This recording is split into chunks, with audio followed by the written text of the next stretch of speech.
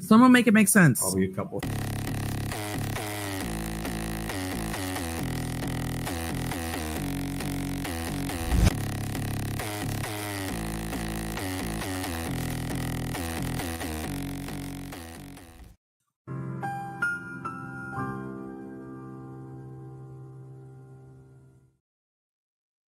Well, we finally have a statement from DA Morrissey, guys. There he is on the screen. Love the picture. 4 words from the DA. The jury has spoken. Wow. Just wow. Shout out to Flash. Shout out to Candace. Happy to see you guys. How are y'all doing? I think Nightbot is still having a little bit of a nap because it's hard work being so cute all the time. Let's see if Nightbot will wake up. So, yes, I hope they don't reelect him also. I would be shocked if he got reelected. Shout out to ABC's Docket, who is cleaning, but here. Love it. Got to get that cleaning done, man. I was going to say spring cleaning, but it's summer cleaning. But, you know, good. Love that squirrels are being productive. We love that productivity. So, okay, you guys probably have seen already the juror interview. But regardless, I have a lot of thoughts about it. And I thought it was interesting.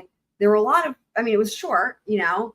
And I was like, man, like I would love to be able to ask questions. I would love to be able to interview a juror, right? One of these jurors, because there's so many things that I would want to know. And so in fact, I'm kind of compiling a list of the questions that if I had the opportunity to interview one of these jurors, what would I ask? And I want you guys to let me know when we get there to the interview, what would you ask if you were doing this interview? Okay, so there's DA Morrissey. Oh, Candace hasn't seen it yet. Well, awesome. Even better. Even better.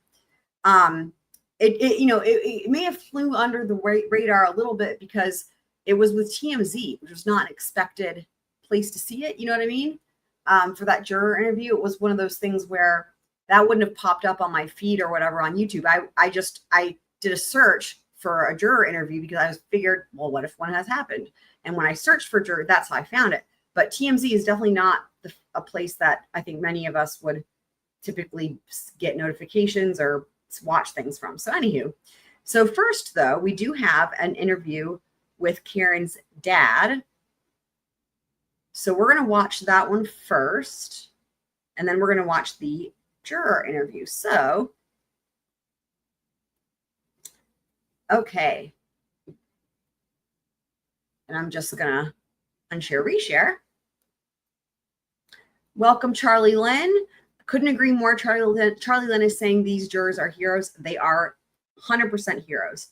I couldn't agree more. They have done more than they could ever even imagine, I think, for not just for Karen, but for the group, the justice system, and just a lot of things. So sent 2 videos of the juror. Did he do a second interview or what? Another interview? Okay, so let's hear what Karen's dad has to say. Feeling very elated, grateful to God for this ending. It's been a long 3.5 years, long time coming. But while we've seen the worst in humanity over the last 3.5 years with the corruption, we've also seen the best in mankind, particularly the women. So many women out there, standouts at the courthouse over this week, in the hundreds. I know state police estimated there were about 3,000 people there today. And so many women identify with Karen because at some point in their lives, you know, they have been objectified and dehumanized or victimized in some way or another. And with Karen, they see that strength and that courage to fight against the government that has, you know, unlimited resources. And so it's been a great win for us. We've got, you know, Karen's incredible fight, fortitude, strength, and willingness to persevere and not give in. And she assembled a remarkable team of talented and passionate attorneys. David Yannetti was our first on board, then Alan Jackson and Liza Little from LA, and more recently, Bob Alessi. So we're just blessed to have this dream team of attorneys fighting for us. And I think a lot of that passion on their part, that expertise that was unshakable that they brought to the courtroom, was because they knew Karen was factually innocent. And we're very fortunate. I mean, other folks who may find themselves in the throes of law enforcement and be factually innocent themselves may not have that fortune or good blessing to have this type of attorneys. And in fact, basically none of them. I mean, like, it's a good point that he's making, though, right? I mean, this is an important point because there are other Karen Reeds out there, right? We just don't hear about them. There are other Karen Reeds out there. And not only do we not hear about them, but they don't have these attorneys, and they likely don't have anything even remotely close, right? As we know, it was because of the attention brought on to this case that Karen Reed was even able, due to the crowd fundraising, to even have this team, right? Had that not happened, there's just no way. Especially given that there were 2 trials. So anyway, it's a good point that he's making here. Part of, this immensity of support out there. Again, just the people who have turned out in support for us is just very gratifying and heartwarming. And at a time in my life over the last 3 years, I've lost a lot of respect for what goes on in some of these communities. So I'll leave it at that. How has it been? You talked about the struggles. I'm sure it's been a very tough time. It's 4 years that you and Karen and the family have been fighting. How has it been to fight the accusations, to have to fight that, despite knowing what you and the family felt was true, and the defense team? How has that been for you and the family? The accusations really didn't trouble us. I drove that Karen's vehicle home that day. It was parked right here when it was seized by Michael Proctor, the now fired and disgraced Michael Proctor of Massachusetts State Police. Yes. I know the condition of that taillight, and I know that the injuries to John O'Keefe, including those dog bites, were not the result of Karen Reed's vehicle backing into him. I drove it home in that snowstorm. So when you've got that belief and assurance that your loved one is factually innocent, then you've got to fight with everything you've got to see this through to a just ending. And there have been times it's very, very difficult because law enforcement and the government has unlimited resources through their ability to tax people. Crazy. And did it feel so? Are you saying, did it feel to you like it was you against this entity that you guys were fighting, you and Karen and the family? Well, there's no doubt about it. Yeah. The law enforcement has power, and it's difficult to put down that power. But I think so many folks saw this situation for what it was, a setup, a frame up, and push back. And when society pushes back and you get courageous men and women who are willing to take a stand, a case in point would be Officer Nick Barrows, who was brought here on that Saturday and testified in court that the condition of that taillight was not as what was shown to him in court in the Sally Port of the Canton Police Department. So that's just one example. And, you look at the Department of Justice was involved in this case from the early on. They were the ones who hired the ARCA scientists. And it was those scientists that determined the injuries to John O'Keefe were not the result of being struck by Karen Reed's vehicle, or that Karen Reed's vehicle, the damage to it, all right, was the product of being struck by a 216-pound, 6'1" man. And yet, even with that type of strong, objective, independent evidence, and truly, they were hired by the Department of Defense, U.S. Attorney here in Massachusetts. They also provided us with the text of Michael Proctor. Without that, much of this might not have come to light. Sure. You know, the idea that he's been fired from the Massachusetts State Police, the lead detective on this case, Crazy. fired for his conduct, his bias in this specific case. You know, it's something that's remarkable. So there are some strong people out there, and some, all right, we're so, you know, grateful to them all. Prayers, all right, from so many. What, in all these 4 years that you've been going through this ordeal, what has held your family together? Where has found? Obviously, Karen has had you as support, but how has the family come together? How hard has it been for the family? Well, we're very mindful of our finite presence here on this earth. So, you know, we are churchgoers, we're Roman Catholics, we're believers in Jesus Christ, his mother, and we are dedicated followers of the church, and we pray daily. And if you don't have that, there's something, you know, that is very difficult then to come to grips with things. So we just continued to believe that God Almighty would see us through this. And he has, as you can see. I mean, this is a very glorious day for us in this family.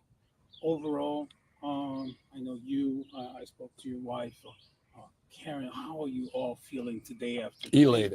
Elated. I mean, for the last 3+ years, I've been in this house knowing the unlimited reach of the government. And always you hear a door shut, right? You hear a horn. You go to your window because you never know, all right, the next step they're apt to take. Iowa. So there's relief. Iowa says, if you are disgusted by Proctor, hit the like. Love it. Also, look at how cute Squeaky is in that picture. It's finality to it all. And I thank so many hundreds of thousands of people who have come and said prayers for us, sent us texts, letters, flowers. Just so gratified. Again, I've seen the worst in mankind over the last 3.5 years, but I've seen the best in humanity. Yes, absolutely. That is a beautiful statement. Let's hear that one again. That's beautiful. Just so gratified. Again, I've seen the worst in mankind over the last 3.5 years, but I've seen the best in humanity. Yes, absolutely. I'm sure. Today, Karen said, and one of the things she said is that no one has fought harder for justice for John than she has. Would you be able to comment on that, on what she feels at and how she's been fighting for justice to find the real person? Well, it's certainly not the task of this family, nor for Karen. I mean, for the idea that Karen fought back against these charges and fought vehemently and strongly, and we went into debt. She sold her house. She lost 2 jobs, Fidelity and at Bentley University, where she was an adjunct. Cashed out her 401. She fought to liberate herself, to free herself, and in so doing, freeing herself, essentially cast a light on, well, what happened then if it's not her. Don't forget, she's now been freed, all right? Even the first trial, because the decision of the jury was not made public, twice she's been found not guilty of murder. And so, these jurors had been at it for hours in their deliberations and weeks listening to testimony. And so, it's when she says she's fought for John O'Keefe, she's fought for her own freedom and getting back her name. And in so doing, it's opened up the eyes of those in the media and just casual observers. Why is she fighting so hard? She could take a plea, but she refused to ever take a plea for something she did not do. Was there ever any doubt Never. in the families? Never. Never. Karen would have been the first to say to me, and I was with her at that hospital in the morning, if she had done something wrong, she would have said, Dad, I'll take my medicine. Never. There's never been any doubt. Karen Reed is factually innocent. All right. She was found not guilty, but I will tell you, she's factually innocent. Look at the body. Look at the wounds or lack of wounds, aside from the abrasions, all right, from an animal, from a dog to his right arm, and to the deep laceration on the back of his head. Look at there's nothing else. There's no bruises, broken bones, torn ligaments. If he was struck by a 6,000-pound SUV, which my daughter was driving, you'd see something below the knees, in the torso, around the chest. I mean, we're all reasonable people. Just look. Just look. You're out of Rhode Island, WJAR. You're former Rhode Island medical examiner, state medical examiner, Dr. Elizabeth Laposado. I hope I'm saying that correctly. Came and testified. And she said those injuries were not consistent with getting hit by a car. So,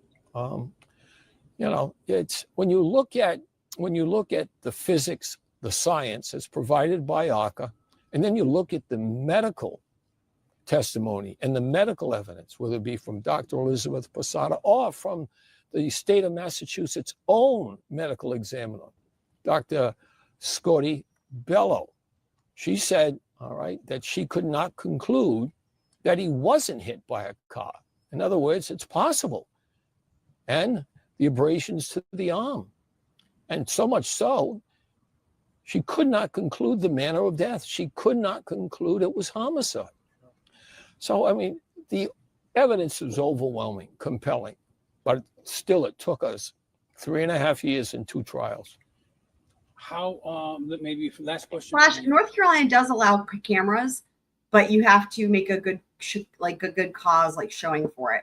So they're not common like they are maybe in other states, but they don't disallow them. Like for example, in in New York State, right? They're literally not allowed. That's not the case in North Carolina. They can be allowed, but people are going to have to ask for it. And, typically that would have to probably come from the defendant, right? But I think that there's probably a lot of trials where defendants don't want the cameras there, right? Oftentimes defendants trying to keep cameras out when cameras are kind of part of the course, depending on the case. So. How is Karen feeling? Elated. What is the spirit? What is the spirit? Elated. And also her attorneys. I mean, this was their fight too. I mean, the hours they put in. People see Bob Alessi or Alan Jackson doing a cross. That cross, all right, an order of proof has to be developed over several days. You just can't go in cold. You have to develop that. And same thing with the summation. Alan Jackson's summation, which so many people remarked on, all right, was just, so much on the point. I mean, hours. I know he went through multiple iterations. So, Sure. Yeah. Sure. Does the family want, because I know Karen said she wants justice for John. Does the family want the case reopened to figure out what happened here? We don't have that power to even, make that wish. We just don't. They have had the resources to look at this case over the last 3.5 years. Given they knew the evidence from ACA, they knew the evidence from the medical experts, they knew the public, all right, was upset. Overwhelmingly, the public overwhelmingly upset about what was going on here. Well, they've always had the resources to look at it. So it's, what they choose to do, they'll do. And if they don't, it's now been 3.5 years. How much of that evidence has been destroyed? Who knows? So Would it be something that she would advocate for? We just want our lives back. She's got her life back. She's, as she made a statement outside of the court today, I don't know if you were out there. It was incredible, wasn't it? By her fighting for her freedom, fighting for her factual innocence through multiple hearings over the last 3.5 years, 2 trials, that was her, if you will, her statement that not only am I factually innocent and I am being wrongfully accused and charged here, but other eyes need to be brought on this to look at this. So Last question, I'll let you go because I know you guys covered a lot already. Getting her life back, what does that even look like now? I don't think our lives will ever be the same. You know, I mean, this case started off, it was once a time we had trouble generating media interest in this. And now, it's become a national, if not international sensation. And why? Why? Is it because there's a Hollywood attorney involved? A relatively young, successful woman? No, it's because of, all of the dynamics associated with that. What happened? A cop lost his life, found on the lawn of another cop. And you've seen much of the testimony, and then alleged cover-up, corruption, has all of the facets for something that's so intriguing as well as alarming. So. All right. So, by the way, the North Carolina Supreme Court and the North Carolina Court of Appeals have YouTube channels. And every time that they meet for the Court of Appeals or the Supreme Court, that's all of those are filmed. And I thought it'd be fun to maybe go through those sometime. So they have all of those. They have them on their YouTube channel, and they don't ever not have cameras unless, maybe there could be some exception, but basically, everything is filmed for those on the record. I think it's just difficult for them to get it for the trial court level. You have to really want it. And of course, Michael Peterson, right? We all know that one, which again, I plan to cover at some point. I don't know who Judge Simpson is. Hi, Mary. It was bingo night. That's funny. How did you do at bingo? And also, yeah, glad you didn't drive. Yeah, appellate law is very interesting. There's some really fascinating cases when I took a cursory look at some of the stuff they've been hearing recently. There was a really interesting one about chickens, to paraphrase, basically, it was something like, if you have chickens on your property, are they considered a pet, or if you treat them as a pet, or are they considered livestock? And there was some interesting thing about that, but there's a lot of fascinating looking ones too. So yeah. Okay. So now for the main attraction feature presentation, we are going to watch the juror interview. So this is juror number 4. TMZ got an interview with him, and let's go. Jason, the jury found Karen Reed not guilty on murder and manslaughter. Was it and leaving the scene because they had reasonable doubt, or because they thought she was innocent? So I think for the jurors, there's a mix of some people think that she was definitely innocent, and the other people, there was a lot of reasonable doubt, at least to where we didn't want to convict her.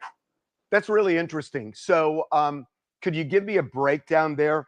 Roughly what percentage of the jury felt she was innocent? So right off the bat, I have an issue with this question. And the reason is because innocent of what? There's 3 different charges, right? It's he doesn't clarify or specify. It's entirely possible that they were all immediately on the same page as far as second degree, but that they were maybe not sure about the manslaughter, right? So, but he's just is she innocent or not innocent, right? It's just come on, dude. What about the 3 separate charges?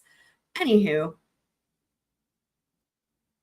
I mean, I can only speak for myself. I think that she was innocent. It's hard to tell exactly what people think deep down. There was a lot of things thrown at us, of evidence. So it's hard to tell what truly. So you say in your head she was innocent. Does that mean you think she was framed by people inside that house? It doesn't necessarily mean that. I don't know what happened. I don't know what happened to John. Really, I was only presented a limited scope of what happened at the night, and I could only base my opinion off of the evidence that was shown in the courtroom. So I don't really know if there was a cover up or not. One thing that you're going to hear, guys, in this interview is you're going to hear how well he listened to the instructions and the burden of proof and the presumption of innocence and what their job was, right? And B, there's a lot of really interesting things that he says that really just show that he learned, I think, a lot about this entire process, right? Like, in other words, to me, that he's able to discuss this with a very educated description of his understanding of what their job was. You don't always have that with jurors, right? Sometimes it's like they talk more about their gut feelings or what they thought of the defendant or this or that, whatever. But he really understood the legal aspect of their job. And anyway, so let's just take a listen here. I know that's the big conspiracy about it, but I don't really know. All I know is that there was a lot of holes in the investigation. Whether they were deliberate holes or not deliberate holes, it's kind of hard from me sitting back to know that, what actually happened. I mean, it's a great point, right? So in terms of the investigation, whether she was framed or not, it's like, well, there were a lot of holes in the investigation. That's putting it very politely. And were they intentional and deliberate, or was it just because they are all idiots, right? I mean, and again, questions that thankfully the jury didn't have to, that wasn't their job, right? That was not their job. And the other thing I wanted to point out that you're going to hear so much from this juror is I think what you will hear is how successful the defense was. We all talked about between last trial and this trial, right? That instead of focusing so much on the third party culprit type of stuff, right? And trying to, and then therefore almost taking a burden on, right? Of trying to prove there was a cover up and whatnot.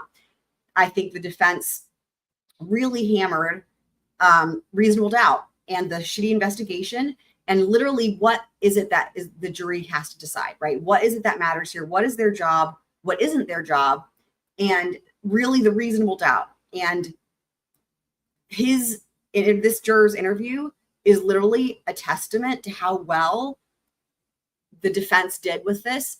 And I have to say, I think maybe especially in closing arguments, because you're going to hear some things that were definitely said in closing that he echoes. And that means that was taken back to the deliberation room, right? When they were discussing everything. So what was the feeling of the jury? Because Alan Jackson and the other lawyers raised the issue that she was framed by cops and that they would have turned that house upside down if they really wanted to do an honest investigation, and that he was not hit by a car. He was attacked in that house, bitten by a dog, and then put outside to frame her. Did people on the jury, or some of them, buy that argument? I think some of them bought that argument. It's just hard to tell, though, because whether or not we think that there was malicious intent, we were only presented with the facts that they didn't go into the house. Yeah. So, there's an example of reasonable doubt. So, like, there's literally, dude, this just gives me goosebumps, man. I when I heard this for the first time today, I cried. I was just crying again because this is again just gives you hope for humanity. You couldn't ask for more. Like, literally, his understanding of reasonable doubt is you couldn't ask for more. Like, this is beautiful. Malicious intent. We were only presented with the facts that they didn't go into the house. So, there's an example of reasonable doubt. So, like, there's other examples of reasonable doubt. So, even if you want to completely buy into the theory or not, that wasn't what we were tasked with. We were tasked with. And this is great. What he's saying is, like, these questions he's being posed with, right, in terms of, like, the framing and whatever from law. What he's saying is that the issues with the investigation, whether or not it was on purpose because she was framed or it was just because it was so shitty, that's reasonable doubt. But that aside, there's so much other reasonable doubt in addition to that, right? That you don't even have to really focus on that first question because there's so much other reasonable doubt. Like, in other words, it's like mountains of reasonable doubt. Like, what I basically hear from him is there's only reasonable doubt, which would be my interpretation of the Commonwealth's case. So, with finding, convicting, or, you know, deciding on this person's fate based on the proof and the evidence that the Commonwealth was able to present. And, you know, there was a lot of holes in the investigation. Yet you went many steps beyond that because you say, in your view, she was innocent. What compels you to think that? Well, one thing that I think that compels me is we did a lot of review of the tapes, and it seemed to me that the videos that we could see from the car after. this is really interesting. So, hearing this, you know, what I was thinking was like, you know, how it took a period of time, right? And it's like, what's taking them so long? When I heard him say this, I was like, oh my gosh, it sounds like to me, and probably maybe we'll hear some more specifics either from this juror or another juror. It sounds like they went back and watched all the different taillight videos that were offered by both sides, and they probably watched them many, many times as they discussed things. And so when you think about that, right, if you're really breaking it down with the nitty gritty, let's just say that you're watching these taillight videos and then you're like, oh, hold on, let's see what this, you know, let's see what Burroughs said about, you know, and then going back and forth between the videos and the testimony between all the different witnesses that testified about the taillight. If you just think about the different statements about the taillight, which there's a ton of them, and then the videos, and that you might want to be going back and forth, you could see how easily you could spend a whole day doing that, right? So I thought that was interesting. We did a lot of review of the tapes, and it seemed to me that the videos that we could see from the car after the alleged incident happened, that when we could see the taillight, it was lit up red where it shouldn't just have been red. So that leaves to me a conclusion of, well, how come it's red in this video after the alleged, collision happened, and then it's, it's not. Another example. Remember when I was saying how you can see how he literally, like, you can just see how even without trying, the way that he thinks about how to assess the evidence is he's automatically like, okay, I don't know how to describe this, but the reason I'm pointing this out, he says alleged. Listen to this, guys. I mean, this is, again, it goes, to me, this interview goes beyond just like seeing how this juror, what the deliberations were like and his job as a juror. What you see is how well the defense educated this jury. Like, he's like, that's the thing. It's almost like they got like a year of law school or something like that, right? Like, so check, because it's not like he's even stopping to say, oh, remember to say alleged. It's just automatic. Conclusion of, well, how come it's red in this video after the alleged, collision happened? Like, in his mind, it's an alleged collision. That's the only way to think of it, right? So, and then it's, it's not, it doesn't have any red pieces where it should be red. So in other words, you do not believe that SUV made contact with John O'Keefe? I don't believe that the SUV collided with John O'Keefe. What was the... Because there was no collision. There was no collision. There was no collision. The initial vote with the jury when you first took your vote?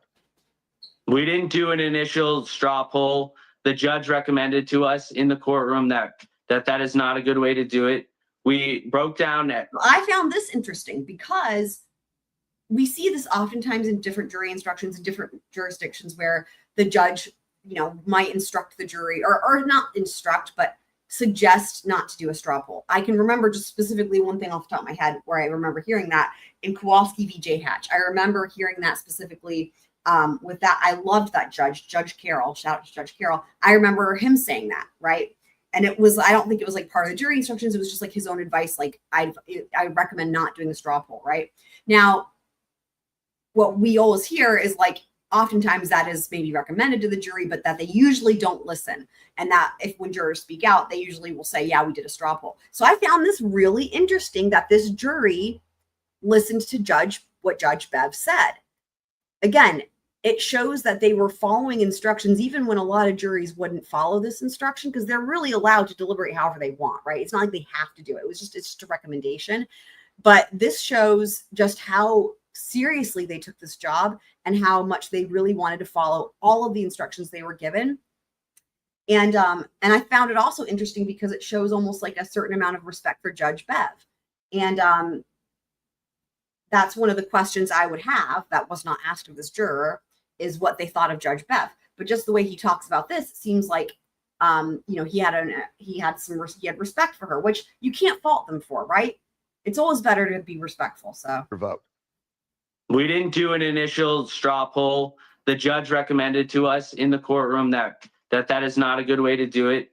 We broke down, what we did is we broke down each charge, and we went from top to bottom and discussed everything thoroughly, and did our best to do right by the Karen Reed and the Commonwealth. And I thought this was interesting too, because I mean, I love that he says to do right by Karen Reed, but I found it really interesting that he also says the Commonwealth, because as we know, the Commonwealth doesn't have any rights here, right? It's all the rights belong to the criminal defendant. But this just shows how fair-minded and, again, respectful, this jury was. That even though it wasn't, that they're taking the Commonwealth into account here. I don't know. I just, this to me goes above and beyond what you could hope for from a juror. Like, you know what I mean? And discussed everything thoroughly, and did our best to do right by the Karen Reed and the Commonwealth. Was there a division initially? Yeah, there was a division. But that's what we're there to deliberate and talk about all the evidence. There was 2 months of us sitting there, them throwing all this information at us absorbing the information, going home, thinking about it, reviewing it in our heads, and we get to the deliberations, and now we have an opportunity to discuss. Some people went into the deliberations and they were still unsure after two months, and that makes sense, because there was a lot of things going on. There's a lot of information. How much can you weigh one thing or another thing over? Yeah. What about jurors who felt initially she was guilty? Were there any of them? Yeah, there were a few jurors that think that had thought that. Initially, when they went into the deliberations, that was their standpoint, and that's what we were there to do, to talk through all that and bring up every single piece of evidence. Is there an angle of reasonable doubt to where we're not really sure? Like, are you really sure? Are you 100%, or are you 99.9%? If you're that 99%. We can't convict you. So what brought the ones who felt? I need to hear that chunk again. So I was just going to answer this question from Kat Randall. He's asking how the media would know who he is. So here's how it works with every trial, right? So we don't see the jury, but whoever's there in the gallery, including the media, they see the jury every day. They don't have to know their names. They just know who the jury is, right? And what happens is, potentially even while the trial is still ongoing, I guarantee you these media outlets have all given their business cards, their information to these jurors, but especially after the verdict. In fact, we see it. Like, for example, take Lori Vallow, like, in other words, sometimes we actually see this happen. Sometimes the cameras actually catch the jury leaving the courtroom after the verdict, and you actually see media coming up to the jurors and literally doing what I'm describing, which is asking them to have interviews, right? So they approach the jurors. They don't have to know their names. They just approach them and they ask them. And again, we've seen this on camera. They give them a business card, whatever, and all the different outlets are like out inviting them to come on and do interviews. And so maybe TMZ just got to the jurors first or whatever. So again, all of the other jurors, I'm sure, are sitting there with all the information of these different media outlets. And at some point, if they want to give an interview, they'll reach out. So, okay, let me back this up though. Welcome, Abby. Happy to see you again. Okay. Yeah, there were a few jurors that think that had thought that initially when they went into the deliberations, that was their standpoint, and that's what we were there to do, to talk through all that and bring up every single piece of evidence. You know, is there an angle of reasonable doubt to where we're not really sure? Like, are you really sure? Are you 100%, or are you 99.9%? You know, if you're that 99%, you know, we can't convict you. What brought? Well, that's really interesting, right? Because as we know, they're legally, they're never allowed in trials to give a percentage for reasonable doubt, right? And that standard is really, if you're a defense attorney, that's an awesome standard to hear him say, right? That 99.99% isn't good enough. And here's what I will say.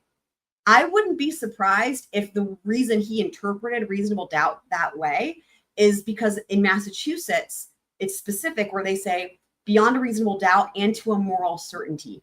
I wouldn't be surprised if you're a juror, if someone's a juror, right, and you tack that on to a moral certainty, that I believe gives it an even more heightened like standard in terms of how you could perceive it, right? Beyond a reasonable doubt, and then they give examples and but beyond a reasonable doubt and to a moral certainty. I can see how a juror could interpret that as like, that's 100%. You know what I mean? Because it's a moral certainty, certain, right? Welcome, Kelly. Yeah, so after the first trial, the jurors reached out to the attorneys because they wanted to tell the attorneys that they had reached verdicts on those other counts. Only one juror, to my knowledge, that was a deliberating juror, has given interviews, and that's Juror Ronnie. So anyway, and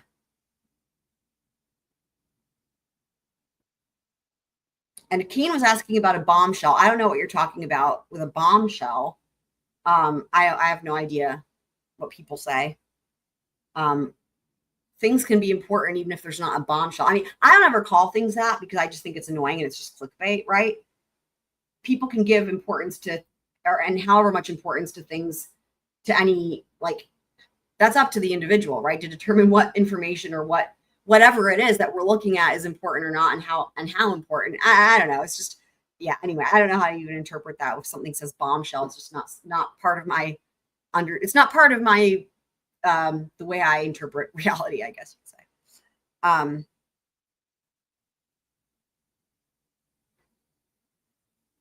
Oh, you're right. It is the title. I didn't even read the title, to be honest. You're right. It does say drops bombshell. Yeah, you're right. Thank you for that. So it is clickbait from TMZ, although not surprising because it's TMZ. I have no idea what they're referencing, and I don't really care. The thing that matters is this is the first juror we've heard from. There will maybe be more, hopefully, or maybe this juror will give another interview with a different person. But you know, we're happy to have this, and instead of nothing, obviously, like, this is great. The ones who felt she was guilty over to the not guilty side. Was there anything in particular that seemed to resonate with them? You know, it's hard to tell from my position. You'd have to ask them about it. But in my opinion, I think it was just due to the poor investigation. There's just too many holes.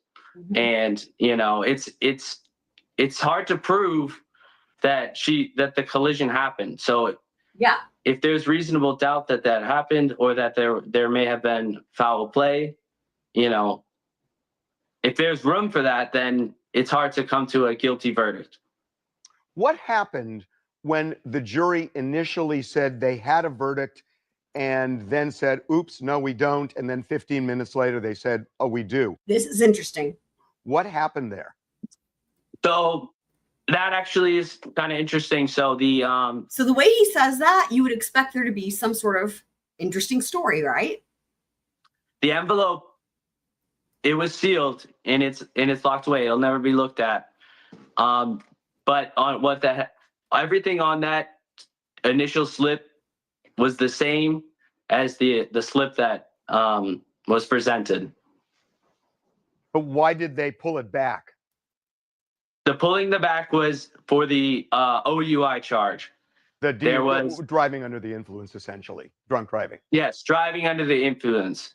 We in our deliberations we had decided there was enough evidence and proof that she was driving under the influence. And Okay, here's what I think is going on here. Let me back it up.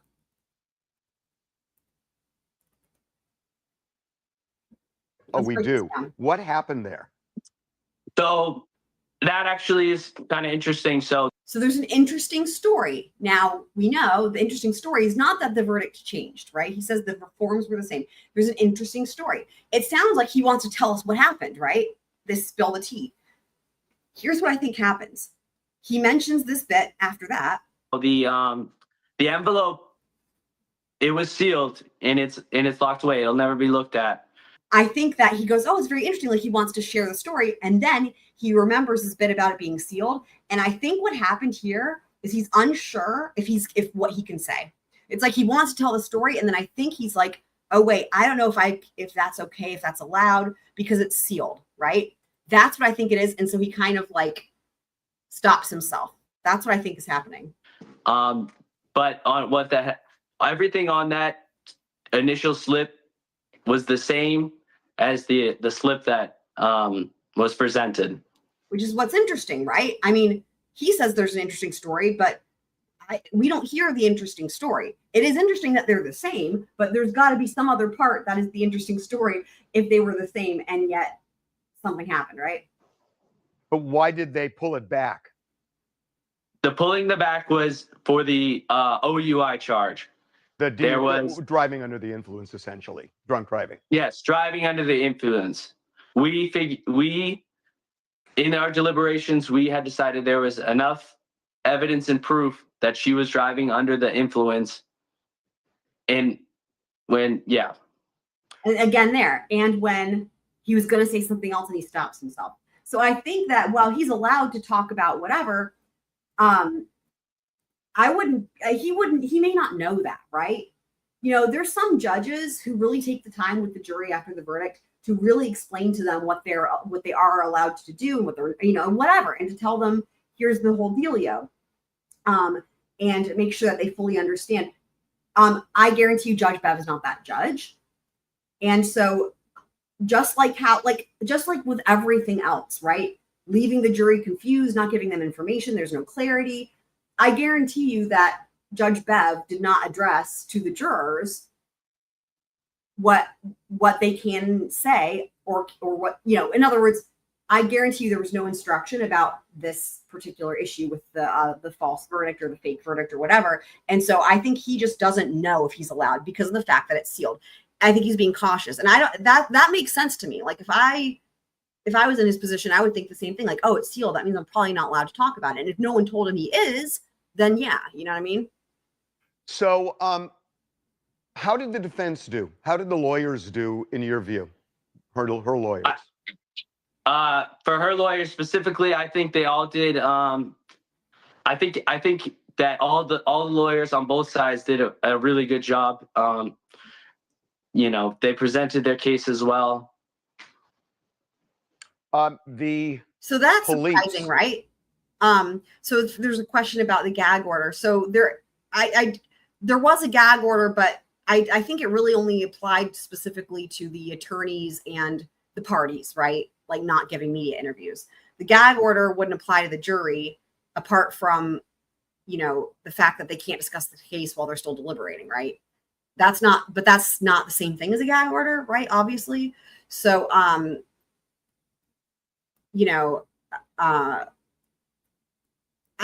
don't even know if this juror would even know what a gag order is but I just don't think that is part of the consideration at all for him. I think he just doesn't know what he's allowed to say because Judge Bev made it clear when they did the verdict. She was like, yeah, this is sealed. No one's ever going to know what it says. Right. And that if you're a regular juror, you hear that, you probably think, oh, like this is a secret, right? We can't talk about it. I mean, that's understandable to me. I can see you flash. I don't know why you think you're blocked. And you said, what did you say? That they probably checked the wrong box. So that's what I initially thought. But the reason I don't think that's the case is because he says that the forms were filled out the exact same way. He says that they was the exact same. The first one and second, they were exactly the same. So that kind of rules out checking the wrong box. You say the investigation was poor. The defense said it was more than poor. It was corrupt, and they pointed to the lead detective who had been fired, didn't testify in your trial. Did that have an impact? And did you think it was a corrupt police investigation? Do I think it was a corrupt police investigation? I don't know. There's no way for me to know. I wasn't there. There was just there was holes in the case that left for reasonable doubt. Great answer. I think they could have checked some boxes. Or Wait, what this sounds like, the way this answer, what this says to me is he listened to the defense, right? In other words, the defense, there was evidence brought forth with the testimony and with the evidence that there were a lot of holes in the investigation, right? But this shows what a great job they did of making it clear that that is not their job, right? It's just, is there reasonable doubt? You can consider this or you cannot consider. It just, is there reasonable doubt? And that you don't have to decide if it was corrupt or not. That's not your job. It's just, is it reasonable doubt? Like, you can just hear how well they did at teaching this jury, at least this one juror, right? What their task is. Investigation? I don't know. There's no way for me to know. I wasn't there. There was just there was holes in the case that left for reasonable doubt. I think they could have checked some boxes or done some things differently. But do I know that they were corrupt? Absolutely not. I don't know that there was any corruption going on. But do I know that there wasn't enough proof or evidence secured by the police to convict Karen Reed? Absolutely not. There was not. Fair to You can say, see by the way he answers that this isn't even a question, right? Like, in other words, look at how he shakes his head. It's like, in other words, it's a no-brainer that there was not enough evidence to convict her. It's like, this is like what we all say, right? When we're like, why are we even here, right? That's like his reaction, I think. Secured by the police to convict Karen Reed? Absolutely not. There was not. fair to Again, I think he's trying to be polite and not just, but you can just tell, right? say Mhm. that your view was that her SUV did not make contact with O'Keefe, therefore she did not kill him, but you don't know how he died. Accurate. I would say that's fair to say. I don't know how John O'Keefe died, and I do not believe that there was a collision between the SUV and John O'Keefe. Jason, really appreciate the time. I do want to ask one other thing. Did all of the hoopla around the case, the people outside, did it give you comfort in reaching a verdict like this, that you saw there was a community behind your point of view, or was it irrelevant? Honestly, that made the pressure a lot harder, and it did not give me comfort. It made it a lot harder to block out everything and come to a decision. Why did it make it harder? It made it harder because all of the eyes are on us. We were told we're the most important people in the courtroom, and they keep us away from the crowds of people in the front of the courthouse, but we do see them, and I don't think that having all those people swayed me to go either way. We were only tasked with looking at the evidence. We were 12 jurors. We had to back up how we felt in this for our decision, and we couldn't let any outside factors, her punishment. We couldn't factor any of that. We had to look at the evidence that was presented to us, absorb it, really understand it, and see if there's any reasonable doubt. And there was. I mean, he just described literally, you can't ask for a better description of what their job is. Like, look at this, guys. The evidence, we have to. I didn't go back far enough. Like, this is beautiful. This is beautiful. And I don't think that having all those people swayed me to go either way. We were only tasked with looking at the evidence. We were only tasked with looking at the evidence. We were 12 jurors. We had to back up how we felt in this for our decision, and we couldn't let any outside at any outside factors, her punishment. We couldn't factor any of that. We had to look at the evidence that was presented to us, absorb it, really understand it, and see if there's any reasonable doubt. And there was. I mean, it's just clear that he understood their assignment, right? To look at the evidence, absorb it, understand it, and see if there's reasonable doubt. Notice that he didn't say our job is to look at all the evidence and try to determine if Karen Reed's guilty, right? Or what? It's look at it and determine if there's reasonable doubt. I love it. And then the way he ended, to see if there's any reasonable doubt, and there was. Job done. You couldn't ask for more. Could not ask for more, honestly. I mean, wow. I think it's phenomenal. And I applaud him for being the first juror to speak out. I mean, it takes a lot of bravery, right? Sometimes after these trials, no jurors speak out. There's been so many trials that I've watched or covered where I'm like, oh my God, when is a juror going to speak out? And no one ever does, right? There's other times where literally right after the verdict, a whole group of them are talking to the media at the same time. Or they do a group, like after, what was it, Chad Daybell, they did an interview with like, I think the entire jury was there as a group. And they did like a 4-hour interview with Nate Eaton. I mean, it just completely depends. And the thing is like, they all get to make this decision for themselves. And as we know, in some cases, the jurors exchange phone numbers and they're in communication with each other, right?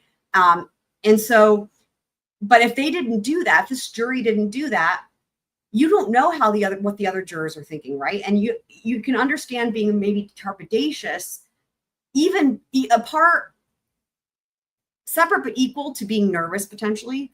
It's like separate and apart, right? Separate but equal.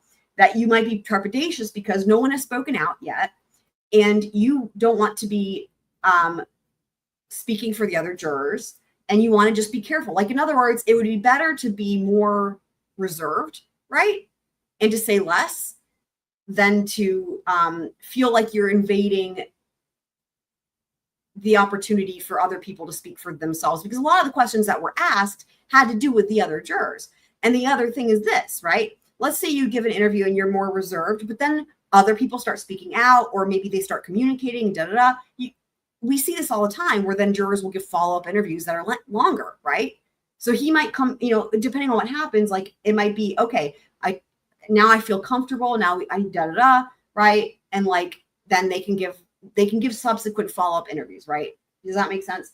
And then of course you also have the idea of like, this is a high profile trial. People have a lot of emotions. I mean, it takes a lot of courage, I think, for him to do this after having reached a verdict, and in such a high profile trial, and especially to be the first one. And especially also for it to be so soon, the day after the verdict. All of those things. I mean, I will just say it's not often in trials where we see a jury interview this soon, and sometimes we don't see it at all, right? And especially in this particular case where there's just so much division, right?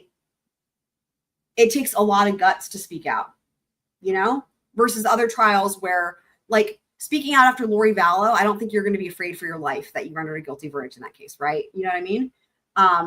Or afraid for your safety or what have you. So,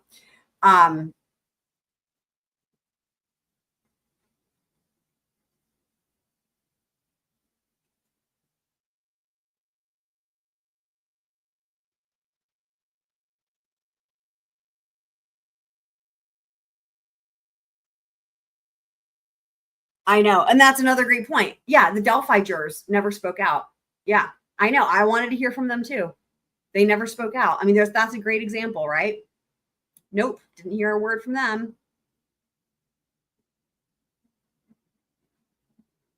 Yeah. Night and day from juror Ronnie. Charlie Lynn is pointing out. Definitely night and day from that. Yep. 100%. His critical thinking skills are on point. He understood the assignment. I mean, and just,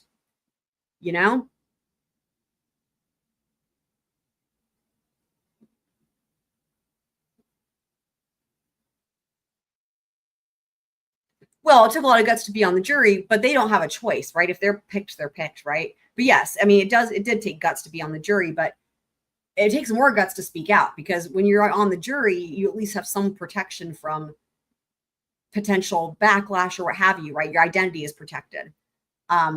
So, now people, the greater public has now seen him and they know he was juror number 4. And I think we heard his first name is Jason. And I mean, those are the pictures of his kids right behind him, right? Those are pictures of his kids. I mean, I noticed that right off the bat. And I was like, wow, that is very brave of him. Not everybody would, I mean, in this case, or even on other cases, right? People will blur their backgrounds, so.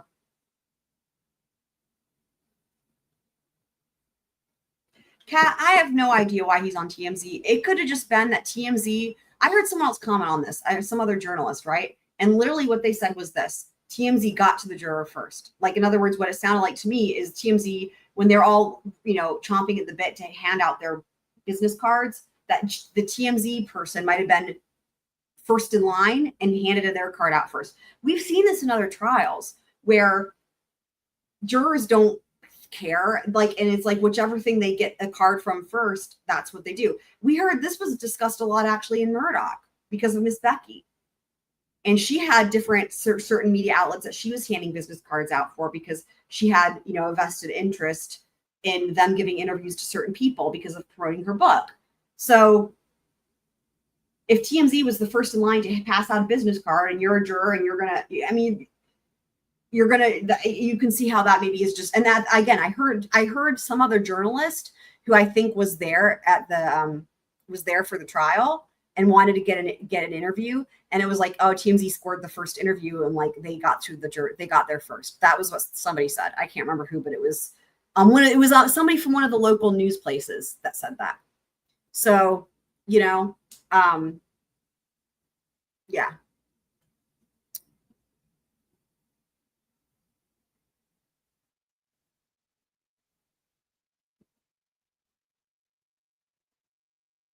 So here's what I've been compiling. Let me back this up because that's just kind of annoying here. We'll just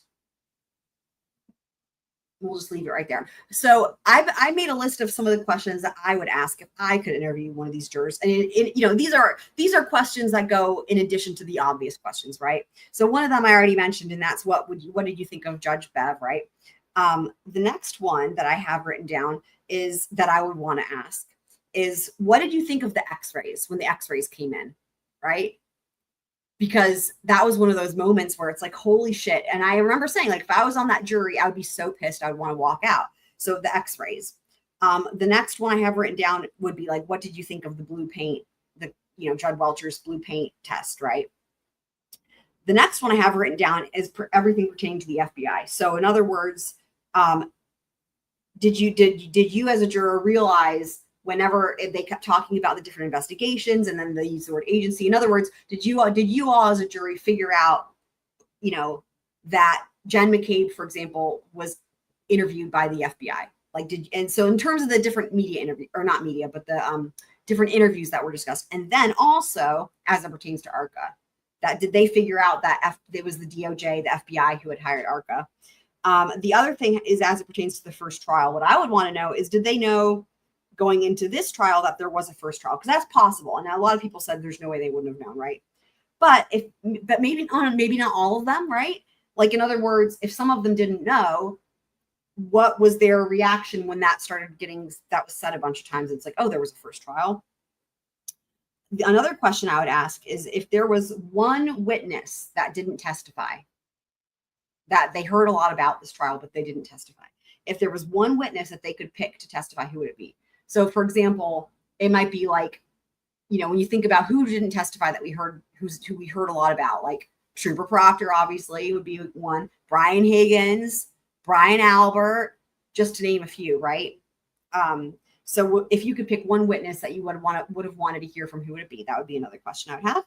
Another question I would have is, which expert witness did you find to be the most compelling? In other words, which one was the first to like completely seal the deal if you were one of those jurors who was like, yeah, there was no collision? In other words, was it Dr. Russell? Was it Dr. Wolf? Was it Dr. La Posada? Or was it during the Commonwealth case in chief? Was it their expert witnesses because they showed that it was just impossible? You know what I mean? And then the other one I have written down is what did they think of the Proctor texts? You know, like the see you next Tuesday and all that. What did they make of that?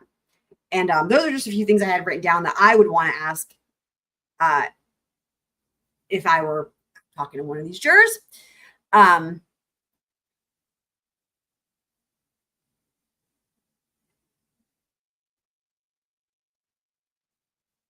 For anyone who's looking for something else to watch for a good trial, for anyone who didn't watch the Ezra McCandless trial that I covered, that is a really good one. And if anyone in the chat was there and saw something, they would comment on it. Actually, Io was here earlier, and I know she's always coming in and recommending that. Like, I know she said she's actually on her second or third time through Gavel to Gavel, and she was there at the time, but she's like watching it on replay, like at least one or two more times because it's like one of her faves. But that is a really good one. So there's, for all the cases that I've covered and trials I've covered, there's playlists, right? So if you go to the playlist, if you like go to my channel and you go to playlists and you scroll around, right? Because there's a lot, you'll see one, Wisconsin v. Ezra McCandless. That is a really, really, really good one for anyone who missed it. If you're looking for something else to watch, really, really, really fascinating, excellent trial. So there's a lot there. It's a really good one that, is lesser known, that many of you guys maybe never even heard of potentially, but that's a really good one. Another one is the Rose Petal trial, the South Carolina v. Zachary Hughes. That was a recent trial. That was at the beginning of the year, and that's a shorter one. That trial was only like a week and a half. That is another really, really, really, really good one. For anyone who missed it, it was. So Kim is saying, oh, that was such a good trial. Are you saying was that for Ezra McCandless, or was that for? That probably was for Ezra, because I don't think that I had mentioned Zach Hughes yet. But yeah, the South Carolina v. Zachary Hughes, that's another really, really, really good one. And Meg, I'm sure, can test. She was there for that coverage, so she might second that one. Is that the same judge as Brooks? No, different judge. In Ezra McCandless, they have Judge Peterson, and I really liked him. Really liked Judge Peterson. He did great. There's a lot of spicy argument, guys. The attorneys, there's a lot. That's a fucking great trial. The Ezra McCandless is a really, really, really good one. It's got all of the things. You guys will freaking love it. And it's a shame that not more people know about it. And again, the Zachary Hughes, the Rose Petal, and again, it's a shorter playlist because it was a shorter trial. That was another really, really fucking crazy good one. So for anyone who hasn't watched either of those, if you're looking for something else to watch, totally recommend both of those. 100%. But also welcome Kim, welcome Meg, anyone else who's just now getting here, love it. Yeah, Candace saying, yeah, the Rose Petal one was really good. Yep. Yeah, Meg, I was just saying because you were here for the Rose Petal, and that I figured you would also agree that that was a really fucking good trial. I did not do the ballerina trial. That was going on at the same time as, I think maybe same time as Zachary Hughes. Maybe it was going on at the same time as other trials, and I just wasn't even interested. I didn't really watch any of it. Welcome Kitsmits. Kitsmits also, I think, could Kitsmits, were you there for Ezra? I know you were there for at least some of the Rose Petal trial. So for anyone who's just now getting here, because it seems like there's a number of you guys who's just now getting here, what we were talking about is other trials. Now that Karen Reed is over, what are some other trials that I would recommend for anyone who's looking for something else really good to watch? And the first two that came to mind were Ezra McCandless and the Rose Petal murder trial, which is the Zachary Hughes one, that are both really fucking good. Yeah, you were there for Ezra. And again, trials that are lesser known, like that many of you guys may have missed. What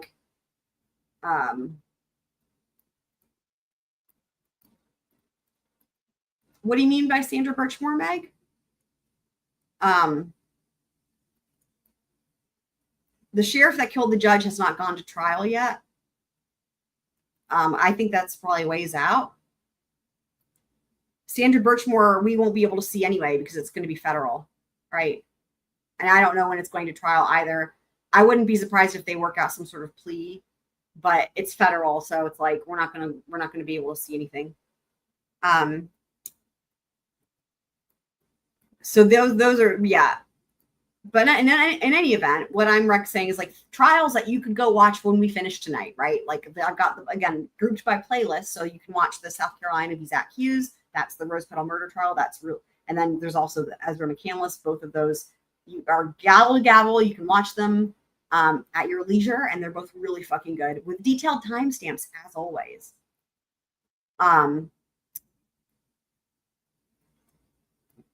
Yeah, Letitia Stapp was a good trial.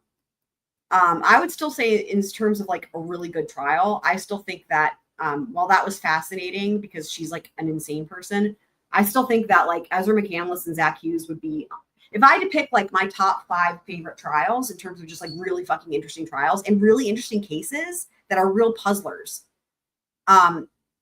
Both Ezra McCandless and Zach Hughes, those would be on my top 5. And you guys know that that's saying a lot. Those would be on my top 5 of in my opinion, my best, like favorite trials, best trials. So yeah, I think YSL might have been going on at the same time. Yeah, dude, YSL, that was a shit show, wasn't it? Yeah, and you know, a lot of people have requested that I cover that, and I will do that at some point. I've not watched that whole trial. I've only seen pieces here and there. I think I've seen like when she's on the stand and whatnot, but yeah, that's definitely worth doing at some point.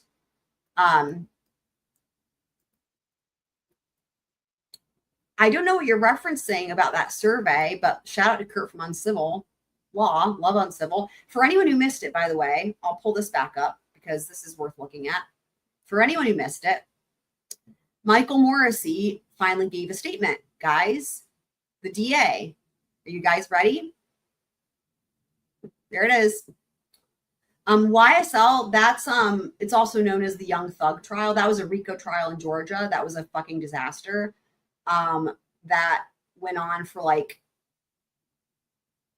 years or something. I can't even remember. I have it in my trivia notes from somewhere, but it was like jury selection itself was like 9 months or longer. And then after that, it was like another year or something of trial. And then it all just fell apart anyway. It was a mess. It was just a complete shit show.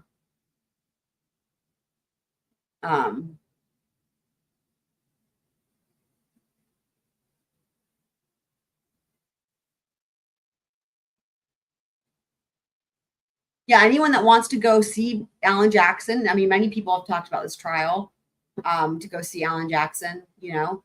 I mean, maybe it'd be the type of thing where we can just pull up a clip or something. I mean, you know, it's a commitment to do trials gavel to gavel, as you guys know, and I'm always doing multiple at one time. Speaking of which, on that note, I will say what's funny is this. So, you know, the 2 defense attorneys who I'm working for, right? They have their own they have high profile cases, guys. I will just say, I'm not going to say who. They have high profile cases currently. And they've done a lot of high profile trials. Okay. So they don't follow, you know, these trials that I'm covering. Right.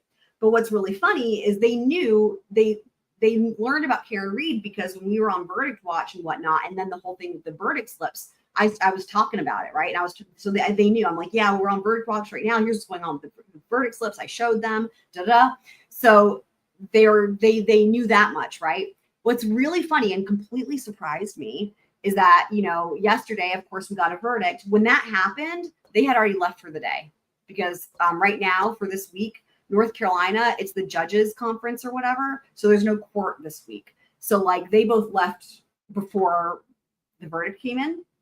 So what was really funny is this morning, the first one that came up to me was Chris, and he goes, "So I see you got a verdict in one of your trials or whatever." He's like, "Yeah, I saw the news," and I'm like, just didn't think that they would even be. I didn't think you'd be even like paying attention or it would even register. But it was really funny because he was like, "Yeah, I saw the verdict. It was on the news." And then he was talking about it, and then the other attorney Scott came in, and this was really funny. He was like, "Yeah, I saw there's you said you got big news in 2 of your cases," is what he said to me. And one of them, of course, being Karen Reed verdict. But the other thing was he saw something about Koberger with the new mystery witness, you know, potentially the DoorDash driver. We'll talk about that tomorrow when we cover Koberger. I just thought it was so funny. So in other words, they're kind of like paying attention to the cases I'm following. I'm like, Here, let me just tell you all the cases that I'm currently covering so you can be on the lookout for anything fascinating about these as well, in case you want to talk about it, right? So that the reason that made me think of it is because I'm like, yeah, here's how many cases I'm covering right now, right? We still have Murdoch going on. We still have to finish the appeal. That's got movement there, as you guys know, with like Miss Becky and other things. Shanna Gardner goes to trial in October, death penalty case in Florida, covering that gavel to gavel. And for me, it's not just gavel to gavel, it's all the pretrial litigation, all the filings and all the hearings, and then gavel to gavel. So we got Shanna Gardner, of course, Koberger, Adelson's, right? Also that. So in other words, trials that are upcoming that I'm covering pretrial and gavel to gavel include Koberger, Shanna Gardner, Donna Adelson, and then I'm always still doing follow-up on trials that have already concluded where there's new things coming out, right? And I'm probably actually forgetting other cases. I would have to like literally go to my playlists to even remember. I'm sure. Oh, yeah, I am forgetting Lori Vallow, right? We still have to finish watching her trial that she just had, the attempted murder. Yeah, Lori Vallow. That's the other one that we still have to finish up with. So, and again, I'm probably still forgetting other things. So, yes. Also, I've neglected Casey Anthony for a long time. We need to finish that one. So there's just a long list. So anyway, yeah, YSL was maddening. At least they got that judge kicked off though, because we know that's a monumental task there. I'm making ripples. What does that mean? Cat.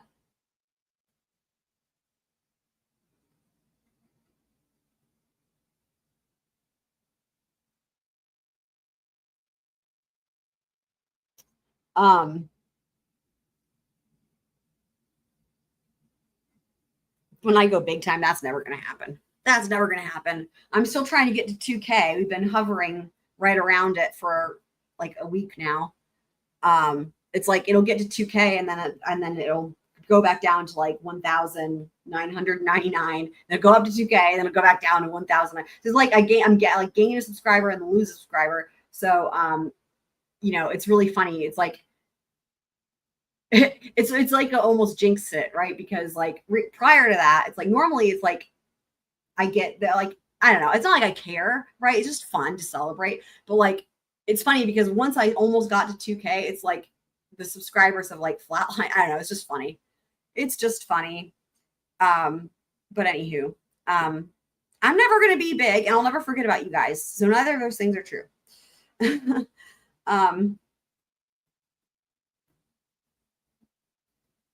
Meg says, meh, Lori, yeah. Oh, you were referencing a Grateful Dead song. Okay.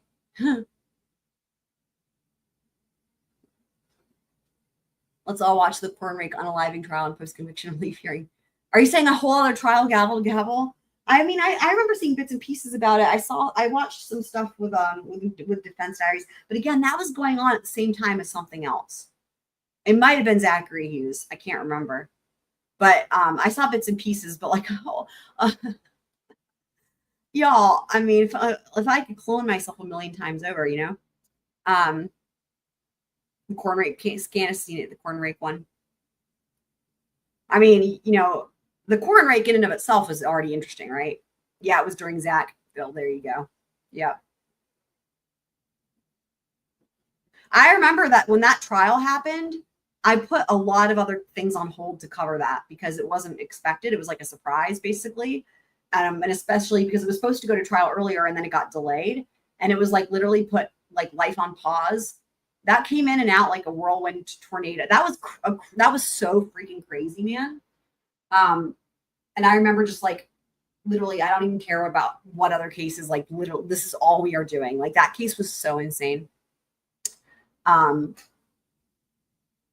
It was like, it like ended as quickly as it started, I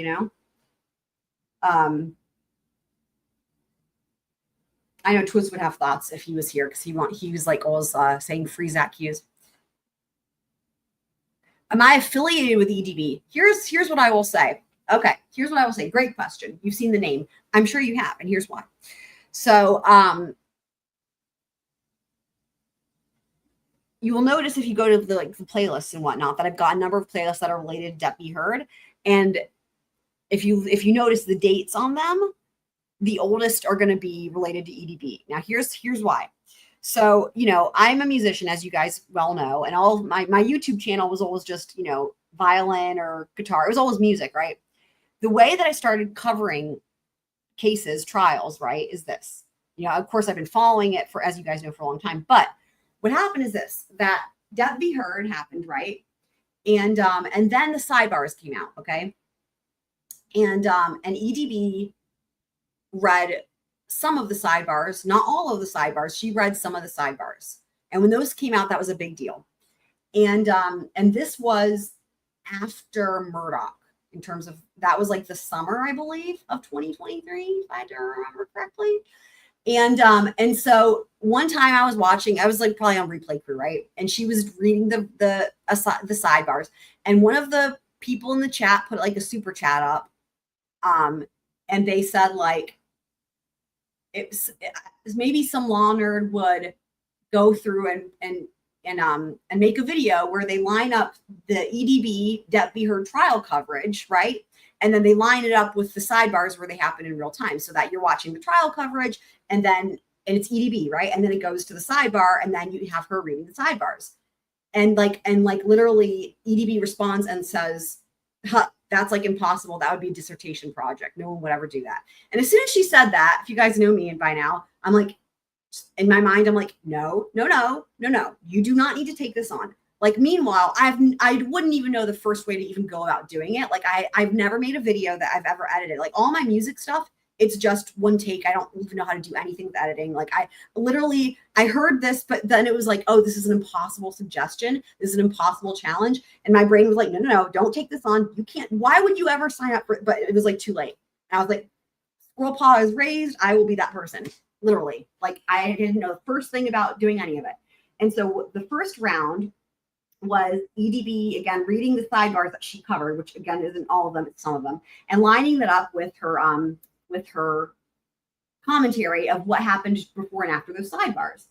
And then, so I did that. And I thought to myself, this is going to take years. Well, I had it done in like, I don't know, a month or two. I don't know how, but I just did. And then when that concluded, everybody was like, well, hang on. They were like, you need to do the entire trial with all of the sidebars for the entire trial. And I was like, what? Like, that's not possible. There's no way that's possible. That would take like 10 lifetimes. But it was too late because the impossible challenge had been suggested. So they were like, well, you read the sidebars, right? So the thing was whole trial, gavel, like with the EDB commentary, and then me reading all the sidebars when they happen in real time with the trial. And I thought, well, I'll probably die before this is ever finished. Well, did that, and it only took like, I don't know, 2 or 3 months. That's where the singing sidebars thing came in.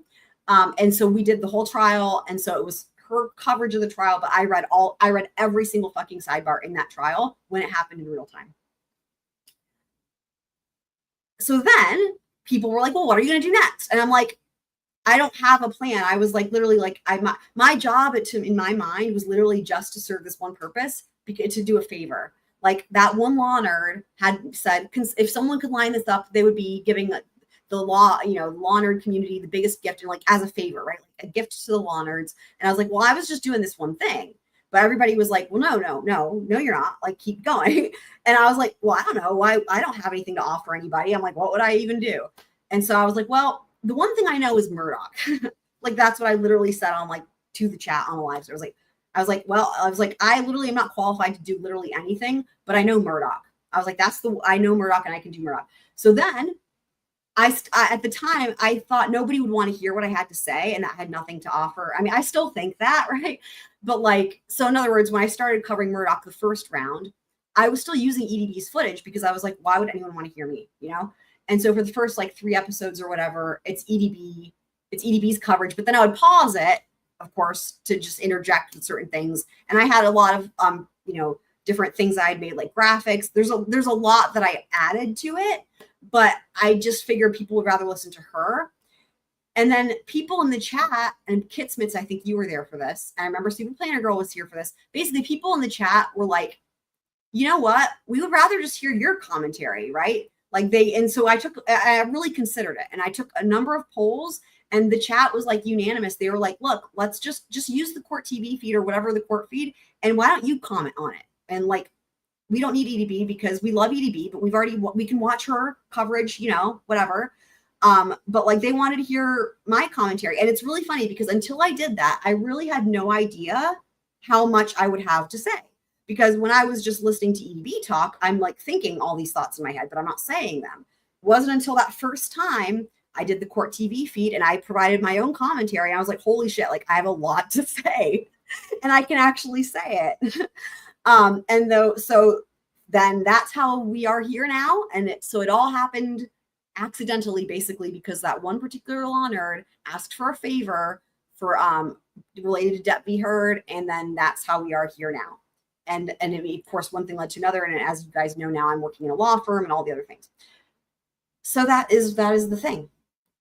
So that is why, long story short, to answer Kim's question, that is why you've seen EDB's name, because those first initial playlists related to debt be heard all say like EDB, because I was giving her credit, right? I was like, I'm just doing this favor. I'm just doing this because somebody asked, but like, I'm not doing anything that is, you know what I mean? Like I don't know how to say it. I just,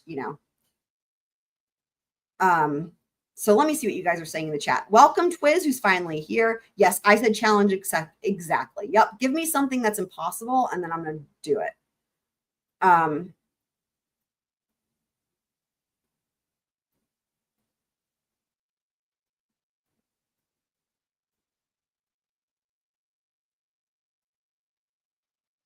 So let me see what else you guys are saying.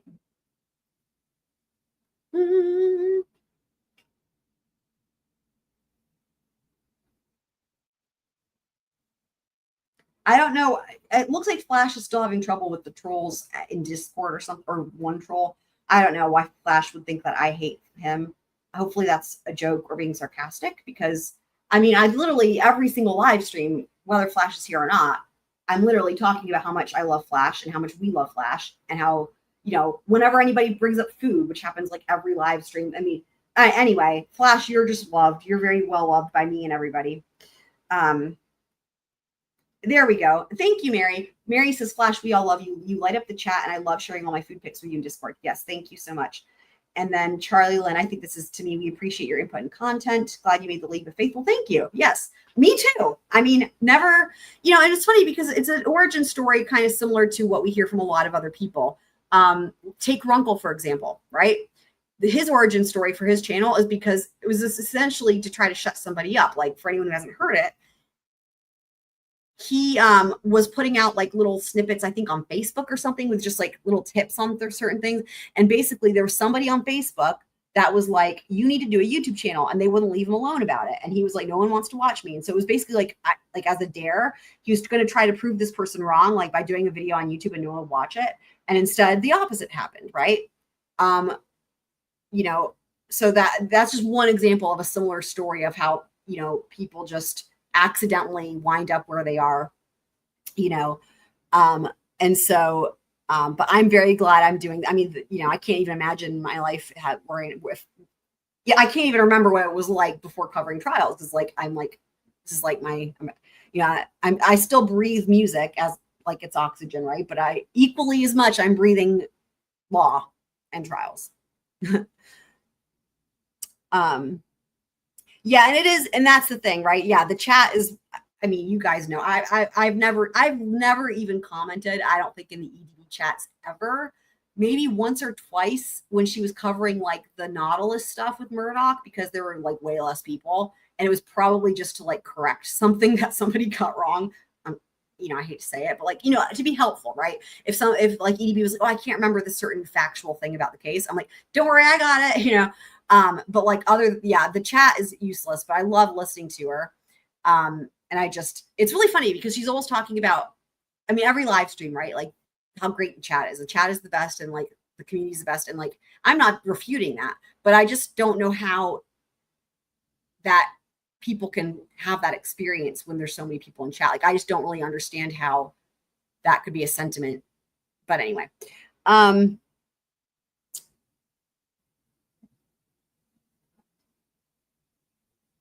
it's like a huge ass crowd of people or something. I forgot to message you, Twiz. I'm sorry. You're right. Twiz is right. I didn't message him. I didn't send him a special text. I'm so sorry. I completely fucking forgot. I was distracted by this fucker right here on the screen. And his really great, well-spoken statement that he finally gave.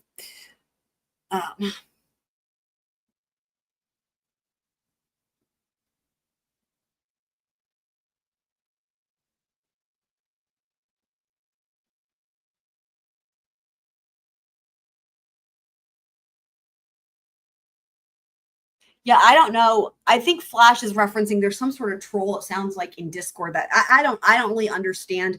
It's somebody who's not ever been to this channel, but somehow talks about this channel. I don't know. The only thing I can think of is that it could be Glenn. For anyone who doesn't remember Glenn or wasn't here, Glenn is the only troll that we've ever had, and it's the only person I've ever blocked. And Glenn thinks that Wendy Adelson is innocent, Fievel. And so that was a whole thing. We tolerated Glenn for like 3.5 hours that one time. And we were very kind to Glenn. And then eventually it was like, Glenn had to go. And then so people have actually said they've seen Glenn in other chats since then. And he's saying the same thing. Here, let me roll his thing here. Here's Glenn. I have that skirt. Writing a book about Wendy. I can't think of anybody else because literally we've not had any other trolls. He's the only person I've ever blocked. And so I don't know.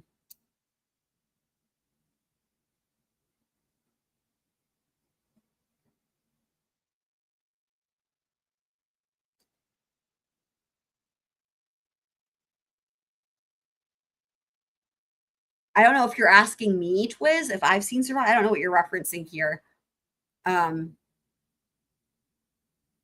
Oh, that is so funny. Yeah, Meg, I said hi to you also. You're talking about during Verdict Watch because I was at the law firm, but I happened to take like a little break and it was like right at that time.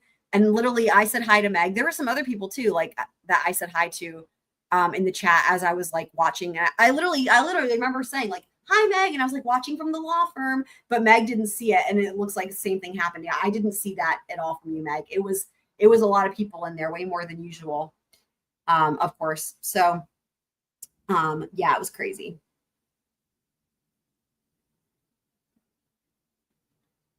Surviving the Survivor is not a surviving show. It's called that because the host, his mom is a Holocaust survivor.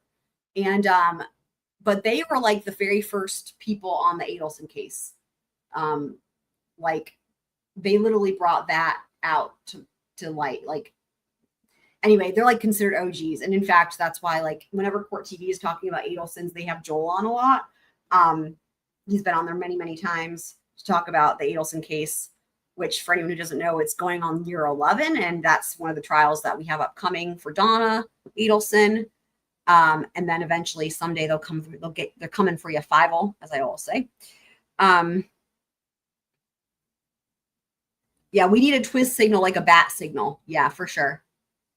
Candace, yeah, let's go on a road trip and find the troll. Love it. Yeah.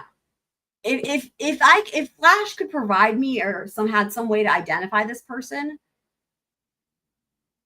I would get to the bottom of this. But he says that they just keep deleting their accounts and it's not someone who's ever been here. So I have no idea how to help with that. Glendy.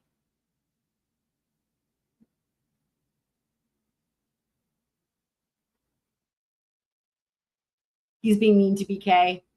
It doesn't surprise me. I mean, the thing is that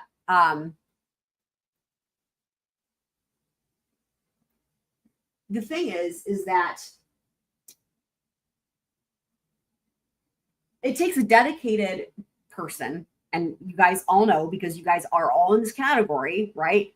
A dedicated person to be so on top of a case, to know every filing, to have seen every hearing, to know all the facts of the case, to like have all that information, right? To where you can really make an informed decision or not a decision. Like, in other words, you can speak intelligently, right, about a case. And the thing is that that's not feasible for everybody, right? And what I can say is that Surviving the Survivor literally didn't cover anything related to Kohberger for like 6 months. Like they were doing other stuff, right? They totally just weren't doing anything with it. So, and then now that it's about to go to trial, I think that I haven't even seen any of it because I'm doing this and I'm working and I'm like, all the things.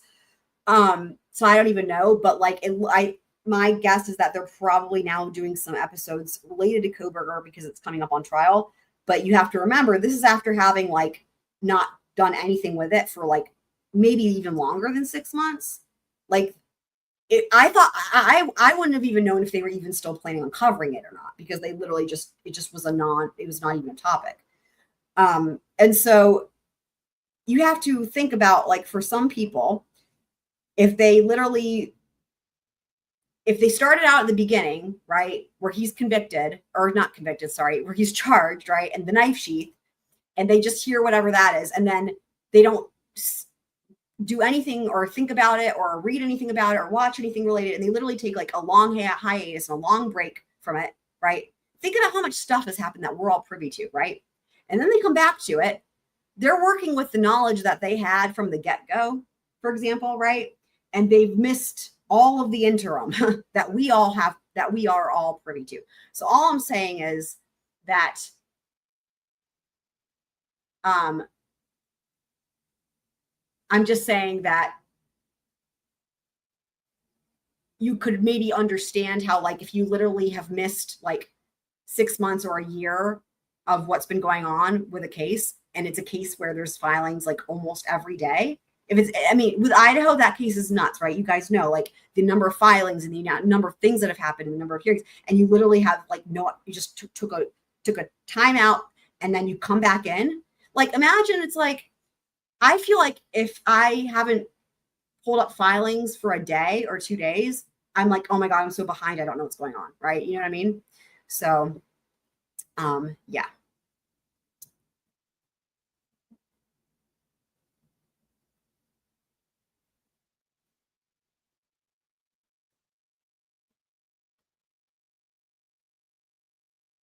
What is a reading cane bow? I like the name though.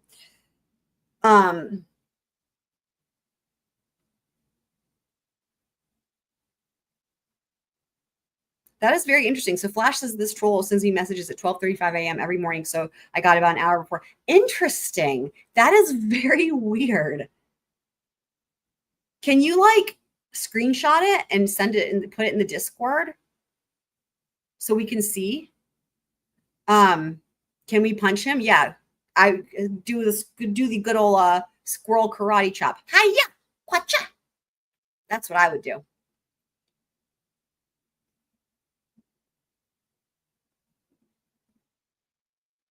Yeah, that's what I'm wondering, if he's reported them. I know he says that they keep deleting their accounts and making new ones, but you can tell it's the same person. And they talk about it as if they're like watching this channel. It's very weird. I don't know why anyone would even do any of this, unless I just can't figure it out. I feel like there's got to be a way to block them permanently on Discord, because Discord is very like, what's the right word? They're very ahead of the times with technology, and they have a lot of settings and preferences. Like, it seems like if anybody could figure out how to permanently block somebody, even if that person changes their usernames, I feel like Discord would be that platform that could do that. And then that's another thing, right? Just try to ignore them. You don't have to read them. Yeah, that's another great point there, Candace. Yeah, you can just ignore it. Yep, just ignore it. It's another option.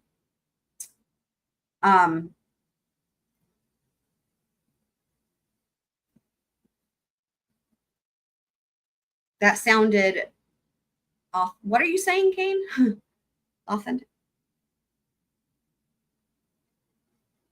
Oh, that's awesome. ABC's docket says I posted a law and crime 26-minute video in Discord. My hubby helped with the original incident. Awesome. Y'all check it out. I will check it out if I have the chance. But yes, everybody check that out. That's awesome. Shout out to ABC's docket's hubby. Candace says, well, you know who else also is in that realm? Frankie Figs. But yeah, that's a good point. Thank you for that, Candace. Maybe you can track them down. That's good to know. Good to know.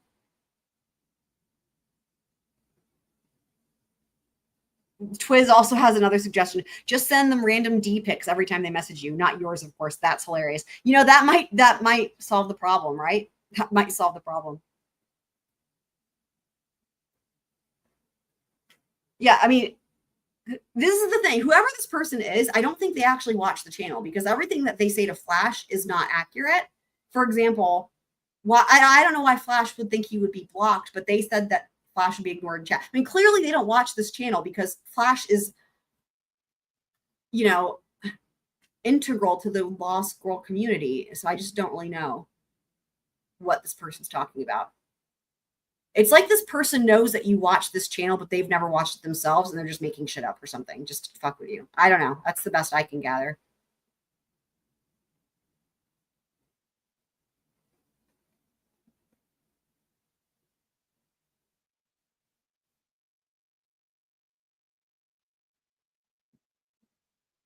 Keen, I don't know what you're talking about. I was asking you a question a second ago about what the hell is, what was this one? That sounded authentic. I don't know what that means.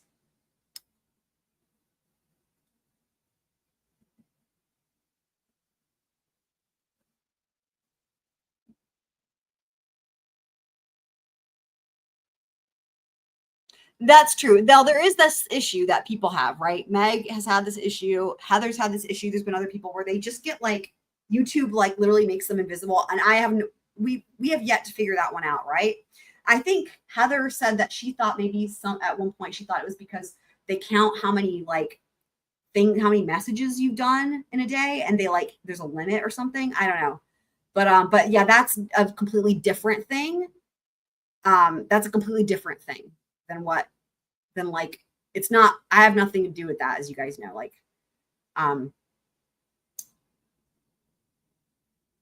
Yeah.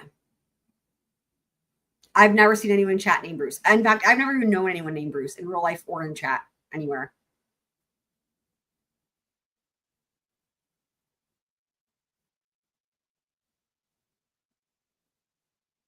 Yeah, and right, it is terrible. Yeah, it's terrible. And I hate that that happens. And I don't know why YouTube does that. It's just terrible. Yeah, YouTube just makes you invisible and doesn't tell anybody that that's happened. And so people just don't know that you're even that you're typing. So this Morrissey. And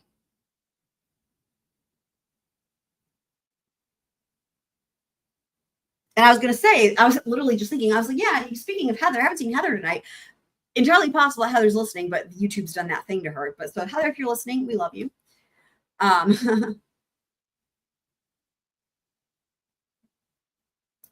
So yeah, it'll be interesting to see what else comes out with these other jurors or with this same juror. And tomorrow, though, I think it's going to be Coburn. Now, having said that, if a bunch more shit pops off with Karen Reed, where there's other interesting things, we might do that, right? But the plan is either tomorrow or Saturday we'll get caught up on Coburger with the documents that are not sealed, which there's a few of them, and the hearing and the recent news with the freaking person who claims to be the DoorDash driver and whatnot. Wait a second. Is somebody doing this as a joke?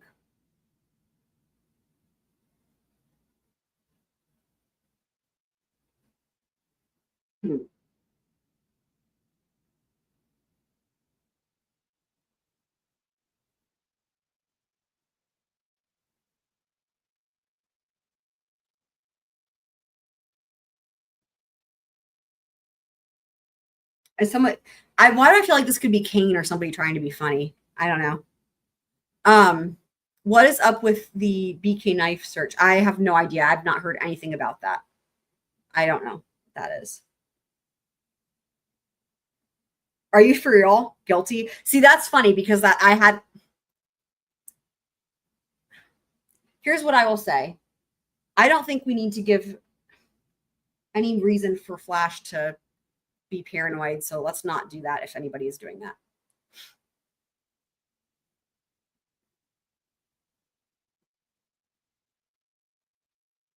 Oh, Twiz is saying they're looking for the knife. Somebody's looking for the knife? What? Okay, somebody's looking for the knife apparently now. That's okay. That's what's happening. Okay.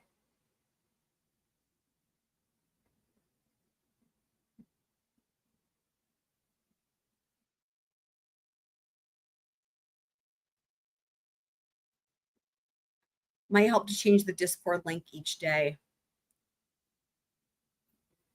I mean, I guess that would matter if there's different people that are.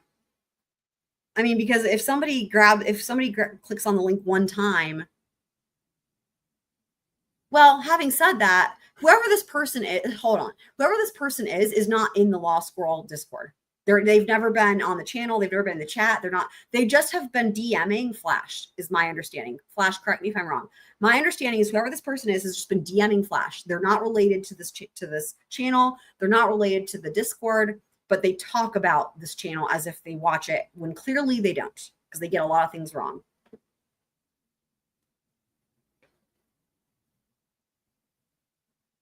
Okay. Yeah. Well, I think we've confirmed that it was Kane trying to be funny. Yeah.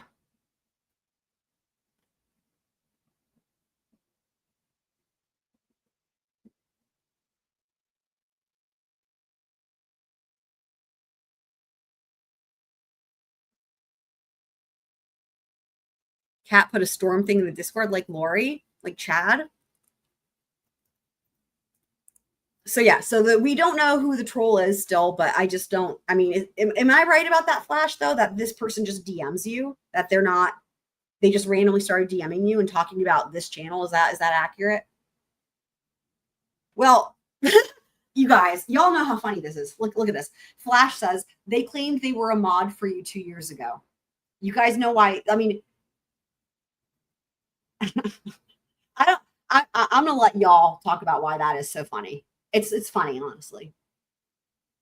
Who wants to go first? Twiz? Who wants to go first on that one?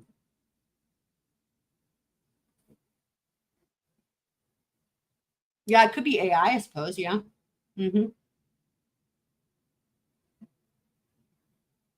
Well, I did have a channel, and I was covering cases already by then, but that's not the one.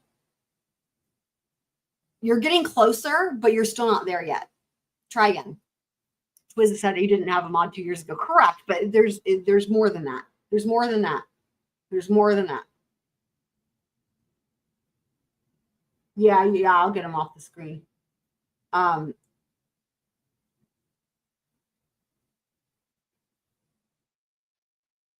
You were the only mod? Okay, I'll clarify. I've only ever had one mod, and that mod is Twiz. That's it. That's the only. And it's not even that he's a mod. It's just it's for like a celebratory purposes, right? You know what I mean? Like, as I've always said, I'm like, yeah, I don't need mods, right? So that was just as a celebratory thing that day that Twiz became a co-host. So Twiz has been and is the only mod, and I think, I don't see any reason why I would ever have, like, it's Twiz. Twiz is special. Twiz is the mod.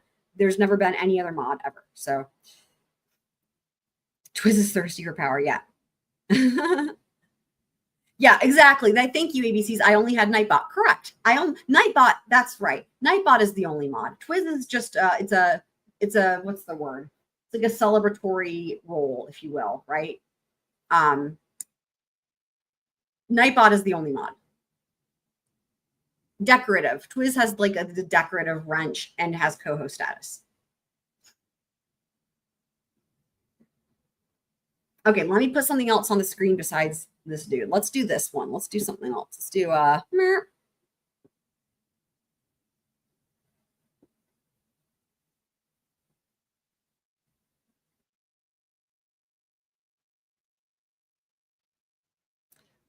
do let's do this. I just have to unshare, reshare.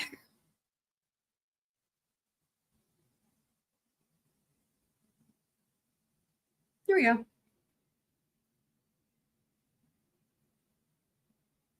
Excellent.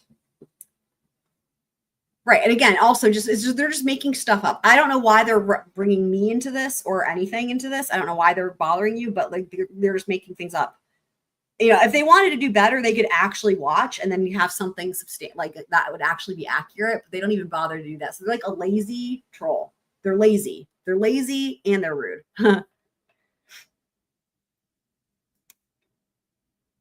I don't talk shit to anybody. I talk shit about Bev and like Brennan. I'm not a shit talker, guys, to people. And like, I don't even know any other streamers. I mean, I'm trying to think like, well, Kane, I know. I mean, I don't like, you know, like I would love to be able to be like, yeah, I talked to Runkle, but like, you know, dream on. But yeah, I don't even know most of the channels that you guys end up talking about, right? Like there's all the time you guys will be talking about different channels. I'm like, I have no idea. So ABC says I watch all the people and she doesn't. Yeah, I don't even know. Yeah. Like I would love to be able to say, yeah, I talked to Peter Tragos and EDB and Runkle and Rob. I would love to be able to say that, but that'll never happen. Having said that, Uncivil Law has been here before, and so shout out to Kurt from Uncivil Law. I can't, but it's not like I would talk to him, but it's not like I can. It's just that he's been here before. Anyway, yeah.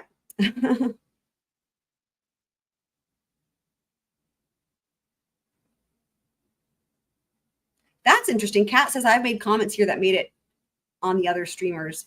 Wait, what do you mean, Kat? What do you mean by that? That's interesting though. Yeah, Alessi's been in the chat. There's that, but he's not a streamer. But yeah. Yeah, no one needs to be afraid of YouTube. You know, just we've only ever had the Glenn. Glenn is not here anymore. And it was great because it was like a great story, right? Like it was awesome. Like I love the Legend of Glenn. The Legend of Glenn. In fact, I made an entire video about it. We did an entire live stream dedicated to it. It's endearing, right? The one troll.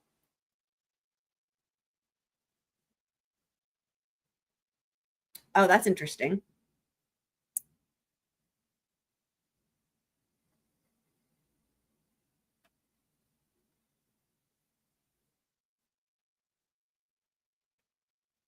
Yeah, so I don't know.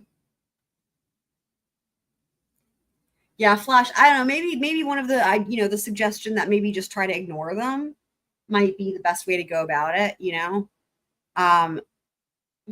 Like that's probably part of why I don't have issues, right? Because I don't care, like, you know, and I'm not, the other thing is this probably, right? I'm not on Twitter. I'm not on social media. And I think that that's like a whole thing where people maybe start shit talk.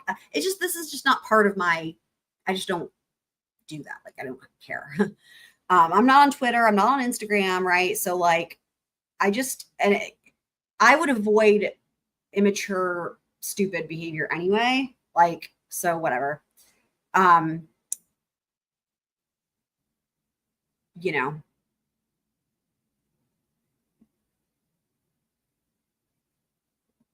yeah, I mean, I don't know, maybe just keep deleting it.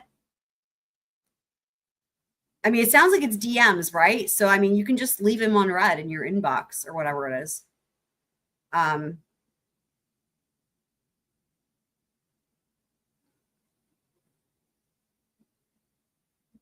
Right. Meg says she doesn't talk any bad about anyone unless they're a bully, and then she calls them out. But yeah, see, again, we don't have that problem here, right? So that's why, like, if somebody was, and that's why, like I said, right? Like, I'm with you on that, right? If somebody's bullying or to people in the Squirrel crew, yes, I would totally call them out. And like literally to whoever it is that is bothering Flash, if they actually were here, we would all be, they wouldn't make it a second. I mean, they would just get karate chops. You know what I mean? Oh, look, hi, Kane. Anyway, but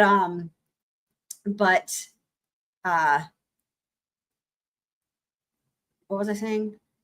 Right. But the thing is like, we don't have that problem. You know what I mean? Because there isn't anybody bullying people. So Um, I love how we all immediately know it's Kane. It's just really funny. We know him so well. We know you so well, Kane. Yeah, they get bored easily. That's right. Yep. Mm-hmm.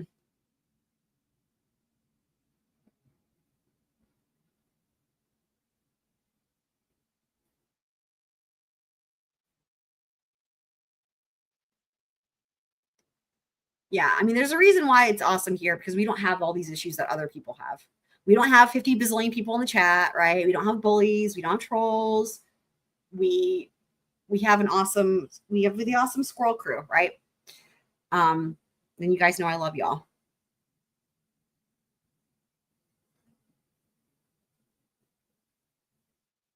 That's really funny. Anyway, guys, I am going to get ready. I actually have a lesson for somebody on the West Coast because it's 3 hours earlier there, and I've got to get ready for that lesson. So, but maybe we will someday solve this mystery of whoever it is that is bothering Flash. I know they're not watching. It's clear they don't watch, but like, should they ever actually watch? Like, they should fear the wrath of the Squirrel crew, and that's all I'll say. So yeah.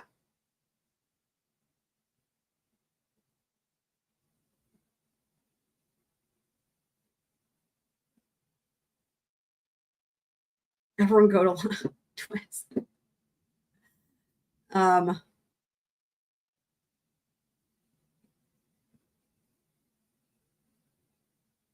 Sorry guys. Sorry. I got my students need me too. You know what I mean? Mary's going to bed, too many martinis. Understandable.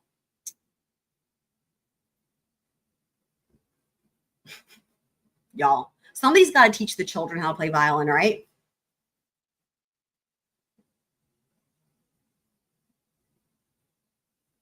Oh, ABC's has a request for the waterfall. Yeah, we haven't done that in a hot minute. Let's do that. Totally. Your wish is my command. Request for the waterfall granted. Let me find it here. Yeah, we have not done that in a while somehow. So,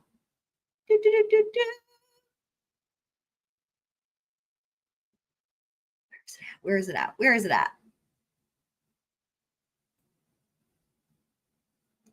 Oh my God, why can't I find it? There it is. Okay.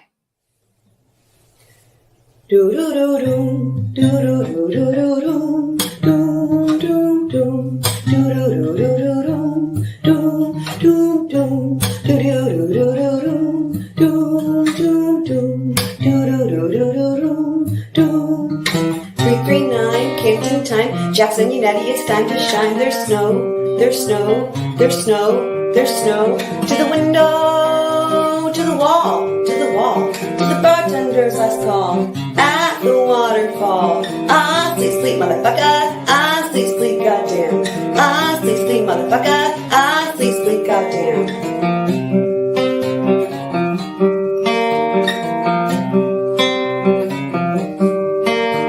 They'll come and act and meet. Friends will be resting, they have too much drink in their minds.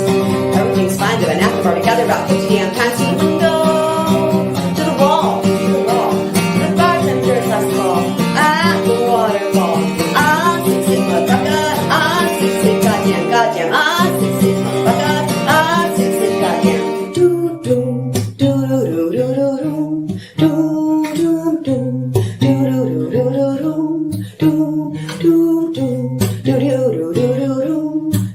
do do do do do do do.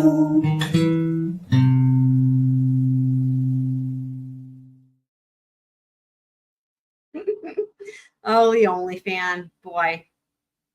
I'll miss the OnlyFan, but you know what? We can all see it in the video, and then it's like, there it is. There's our old friend. So, okay, you guys, I love y'all. Y'all are awesome. It's too bad because Too Fast is just getting here, but we are just finishing up this stream. Flash is saying it never gets old. Love it. That's what everybody seems to say, which is great. I'm so glad it never gets old. But I love all of you guys so much. Hey, yes, we will watch it again during Higgins' trial for sure. Pagans. But I love you guys. Y'all are the best. We will be back together soon. Thanks for being amazing and being awesome and being the best Squirrel crew on the planet. Sorry, in the universe. But for now, Squirrel out.